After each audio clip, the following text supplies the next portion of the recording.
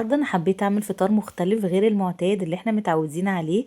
حبينا نعمل حاجة حلوة كلنا بنحبها وفي نفس الوقت هتكون مغذية، لان هي مليانة خضار وفي نفس الوقت هتبقى جديدة من نوعها وحلوة جدا، والولاد بيحبوها والكبار كمان بيحبوها. لو انتي اول مرة تشوفيني، انا ياسمين سعيد من مطبخ ياسمينة.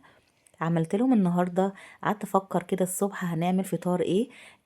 لقيت عندي عيش شامي وعندي جبنه رومي وعندي زيتون وعندي خضار، فقلت بدل ما انا احط الفطار زي ما احنا متعودين كده في اطباق وناكل وخلاص، لا انا حبيت اعمله لهم زي الحواوشي. عملناه ازاي؟ هنجيب حبيتين طماطم متقطعين مكعبات ومتشال منهم البذر من جوه، يعني بتاخدي اللحم بتاعها بس. عليهم 4 أو 5 قرون فلفل، عايزة حامي عايزة بارد اللي يعجبك. زيتون مخلي، عليه جبنة رومي متقطعة صغير خالص أو مبشورة، أو جبنة موتزاريلا. وبعدين حطيت عليها سوسيس، انت ممكن تبدليه بلانشون أو تبدليه ببسطرمة اللي موجودة عندك أو فراخ، أو لو عايزة جبنة رومي على الخضار بس مفيهاش أي مشكلة وهيبقى حلو جدا. نزلت عليها بمعلقة صغيرة من الملح، فلفل أسود، شوية من الزعتر.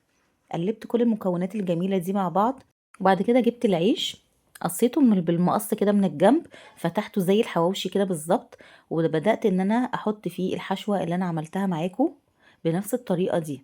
انت ممكن تدهني العيش من جوه سمنة او زيت زي ما انت عايزة، بس انا هدهنه من بره بس.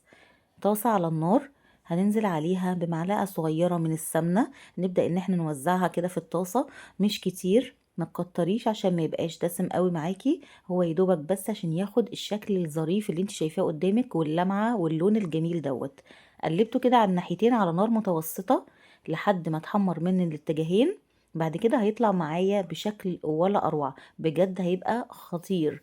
طعمه وريحته كان فظيع، جربيه هيعجبك جدا. هنعمل واحد كمان بنفس الطريقة، ندهن الطاسة سمنة، عايزة تحطي زبدة حطي، وبعد كده هتحمريه من الاتجاهين وتطلعيه، هيطلع معاكي أحلى وأطعم حواوشي جبنة رومي سوسيس فراخ اللي موجود عندك. هيطلع معاكي فطار جميل، ممكن ينفع غدا، هيطلع معاكي بجد خطير.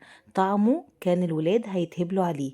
جربيه مش هتندمي وطعمه هيعجبك جدا، وحاجة مختلفة وحاجة ظريفة وحاجة تريحنا احنا دلوقتي مش قادرة تقومي تطبخي تعملي حاجة، اعملي الأكل الجميل دوت، هيعجبهم أحلى من الأكل التاني والله. لو عجبك الفيديو دوسي لايك وفعلي زر الجرس عشان يوصلك كل فيديوهاتنا، وما تنسيش تسيبي كومنت حلو زي كده بالظبط.